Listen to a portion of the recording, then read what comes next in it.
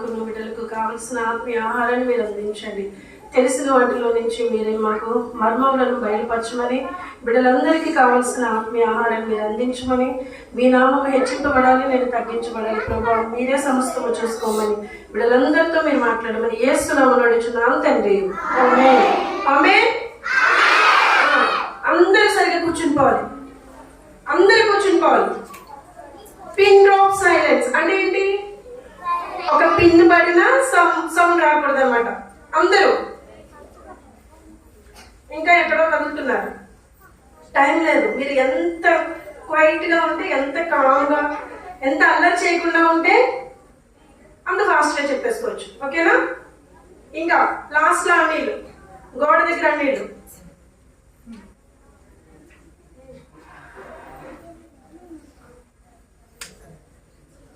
Okay, అందరూ మంచి మంచి బట్టలు మంచిగా రెడీ అయ్యి చాలా అందంగా వచ్చారు కదా కదా.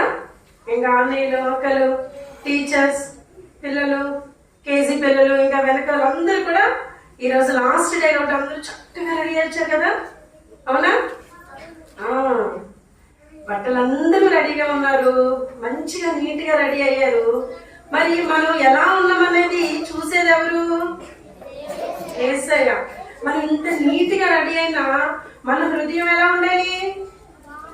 ఎలా ఉండాలి? బాగుండాలంటే మేకప్ ఎలాగా?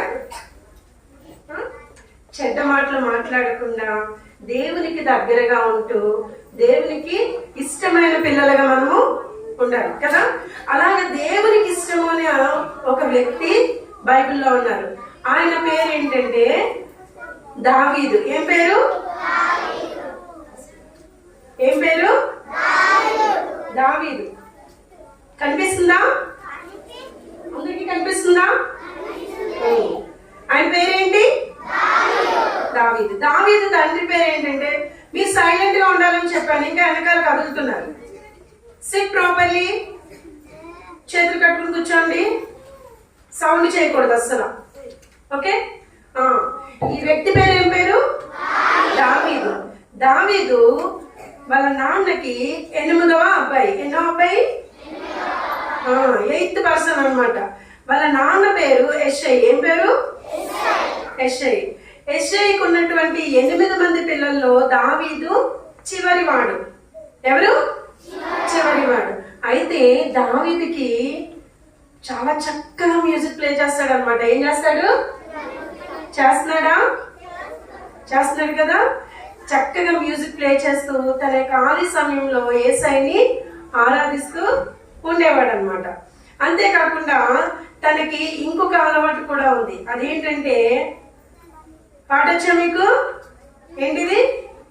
ఒడిసెలు. ఏంటి? నెక్స్ట్ ఏంటి? ఒడిసెలు. ఒడిసెలు బాగా తిప్పే అలవాటు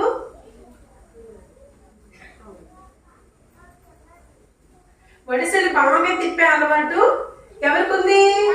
దావీదుకు ఉంది. ఒడిసెలతో ఏం చేస్తారు?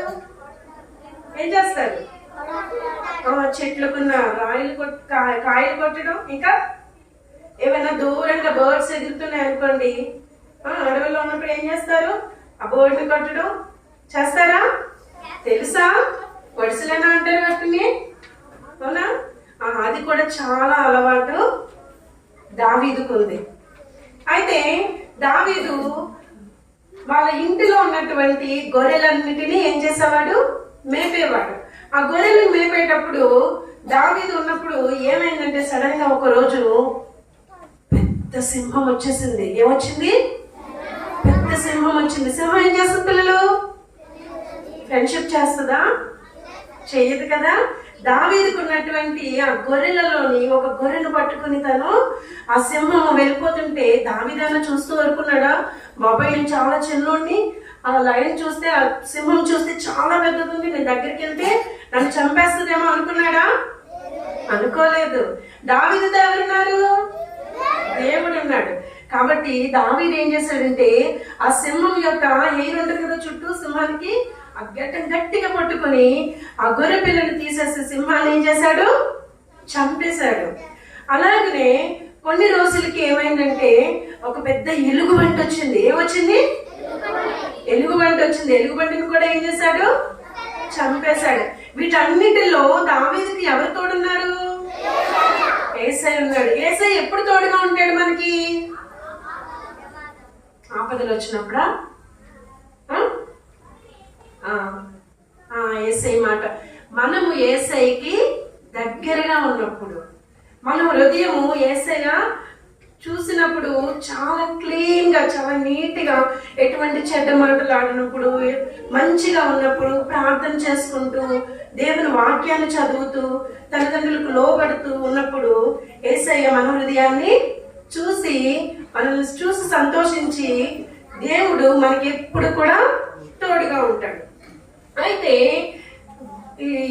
ఎన్నో అబ్బాయిలు వాళ్ళ నాన్నగారికి ఎన్ని? వాళ్ళ నాన్న పేరు ఏంటి? యెషయి. ఏ పేరు? యెషయి. దావీదు ఎన్నో వ్యక్తి? 8వ వ్యక్తి, అంటే చివరి వాడు. ఓకే. అయితే ఆ ఊరిలో సమూయేలు అని ఒక ప్రవక్త ఉన్నారు. ఎవరున్నారు? సమూయేలు అన్న ప్రవక్తతో దేవుడు మాట్లాడి ఏం చెప్తారంటే, నువ్వు బెత్లెహేంలో ఉన్నటువంటి, వినాలి, సౌండ్ చేయకూడదు, బెత్లెహేంలో ఉన్నటువంటి యెషయి ఇంటికి వెళ్ళు. అక్కడ వాళ్ళకు ఉన్నటువంటి పిల్లలలో ఒకరిని నేను రాజుగా ఎంచుకుంటానని చెప్పి దేవుడు సమూయేలుతో మాట్లాడతాడు. మాట్లాడినప్పుడు మధ్యలో ఎలోషర్ మాట్లాడినప్పుడు యెషయి ఇంటికి ఎవరు వెళ్తారు? సమూయేలు వెళ్తాడు. వెళ్ళి సమూయేలు చెప్తాడు, నీకున్నటువంటి పిల్లల్లో ఒకరిని దేవుడు రాజుగా చేయాలనుకుంటున్నాడని చెప్తాడు. చెప్పినప్పుడు వాళ్ళ నాన్నగారు యెషయిను ఇంకా సమూయేలు కూడా దావీదు యొక్క పెద్దన్నయ్య, ఎవరు? దావీదు యొక్క పెద్దన్నయ్యని పిలుస్తాడు. చూసారా, వచ్చాడు పెద్దన్నయ్య. పెద్దన్నయ్యని పిలిచినప్పుడు పెద్దన్నయ్య చాలా స్ట్రాంగ్ గా ఉన్నాడు కదా, స్ట్రాంగ్ గా ఉన్నాడు, హైట్ గా ఉన్నాడు, చూడటానికి రాజు అయ్యేటట్లుగా ఉన్నాడు కదా. సో యెషయి తర్వాత సమూయేలు అనుకుంటారు, ఓ దేవుడు నాకు ఇచ్చిన పని త్వరగా అయిపోద్ది, ఇతనే రాజు అయి ఉండొచ్చు అని చెప్పి తనని అభిషేకించడానికి పిలుస్తాడు. అయితే దేవుడు ఏం మాట్లాడతాడో తెలుసా పిల్లలు? సమూయేలు, నువ్వు అనుకుంటున్నట్టు ఈ వ్యక్తి కాదు. ఏమంటున్నాడు? ఈ వ్యక్తి కాదు. మీరు బయట ఎలా ఉన్నారో, లాంగ్ గా ఉన్నాడా, అందంగా ఉన్నాడా, లేదంటే ఎక్కువ బాడీని, ఎక్కువ కండలు ఉన్నాయా, ఇవన్నీ చూస్తారు. కానీ దేవుడు ఏం చూస్తాడు? హృదయాన్ని చూస్తాడు కదా.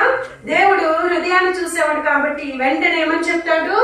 ఈ వ్యక్తి నువ్వు అనుకున్నట్టు యెషయి యొక్క పెద్ద కుమారుడు కాదు అని చెప్పి సమూయేలుకి చెప్తాడు.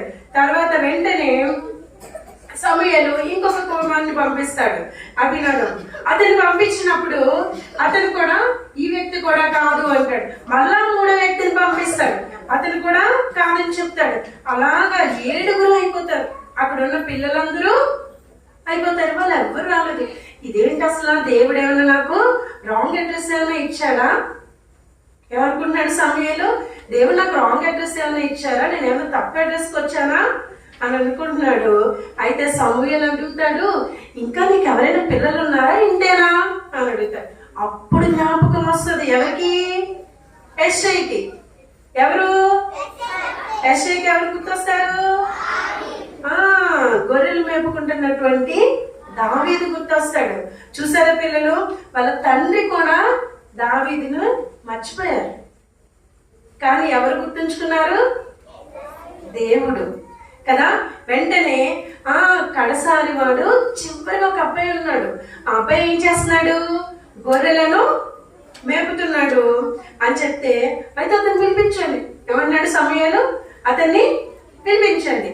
అతన్ని పిలిపిస్తే అతడు అవును కాదా మనము తెలుసుకుందామని చెప్పి పిలిపిస్తాడు.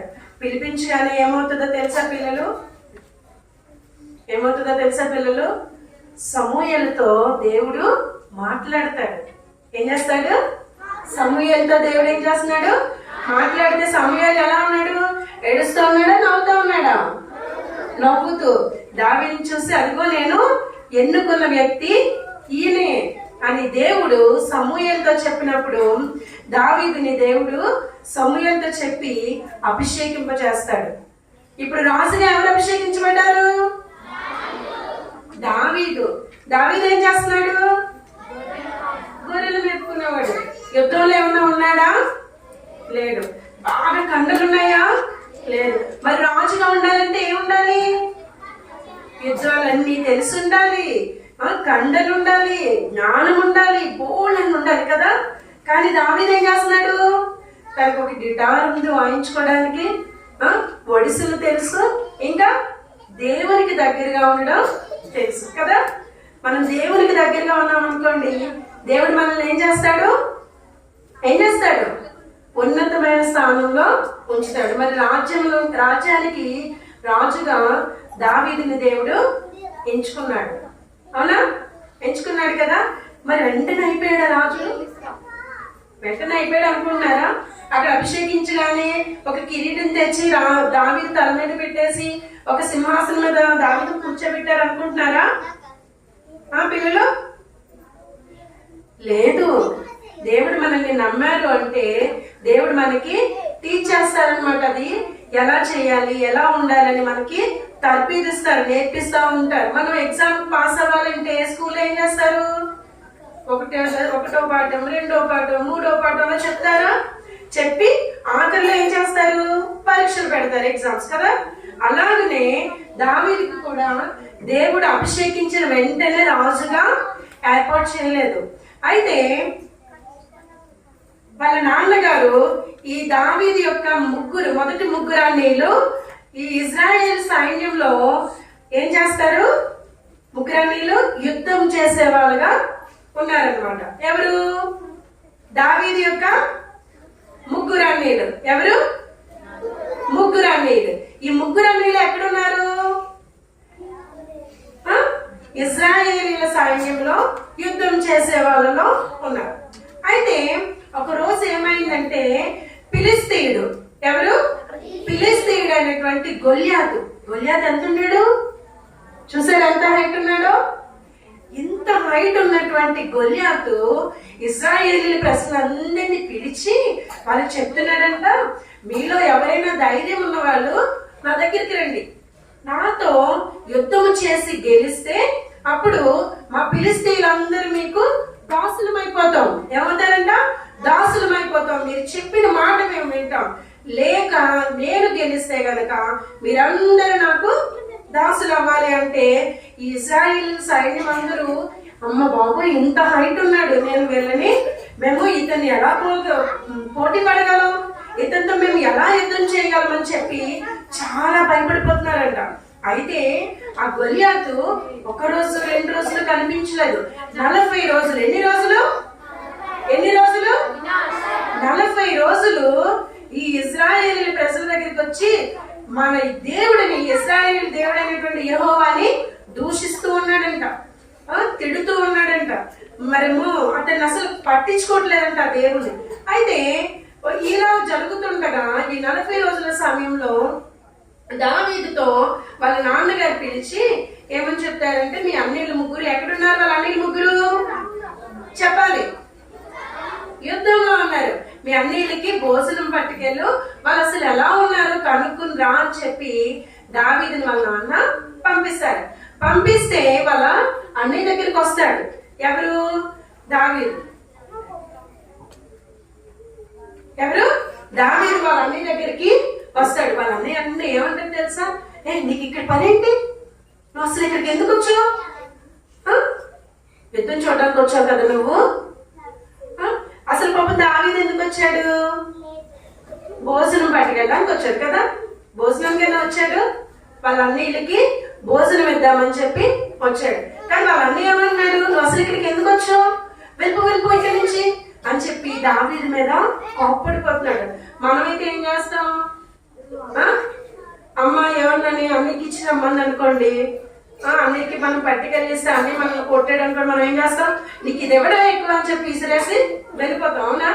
కానీ దావీదు కోప్పడలేదంట, మౌనంగా ఉంది. నేనేమన్నాను ఇప్పుడు, నేనేం చేశాను అని చెప్పి వెళ్ళిపోయాడంట. అయితే దావీదు ఆ యొక్క గొలియాతు మాటలను విన్నాడంట. ఏం చేశాడట? గొలియాతు మాటలు విన్నాడంట. వెంటనే దావీదుకు కోపం వస్తుందంట.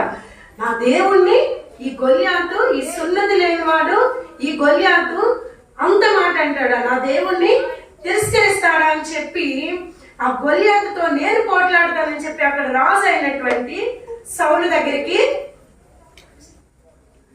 దగ్గరికి వెళ్తాడంట. వెళ్ళి ఏం చెప్తున్నాడో తెలుసా? పిల్లలు, నేను ఆ యొక్క ఫిలిస్తీయుడైనటువంటి గొలియాతుతో నేను యుద్ధం చేస్తానని చెప్తున్నాడంట. అక్కడ రాజు చూసాడంట. నువ్వా? ఎంత ఉన్నాడు గొలియాతు?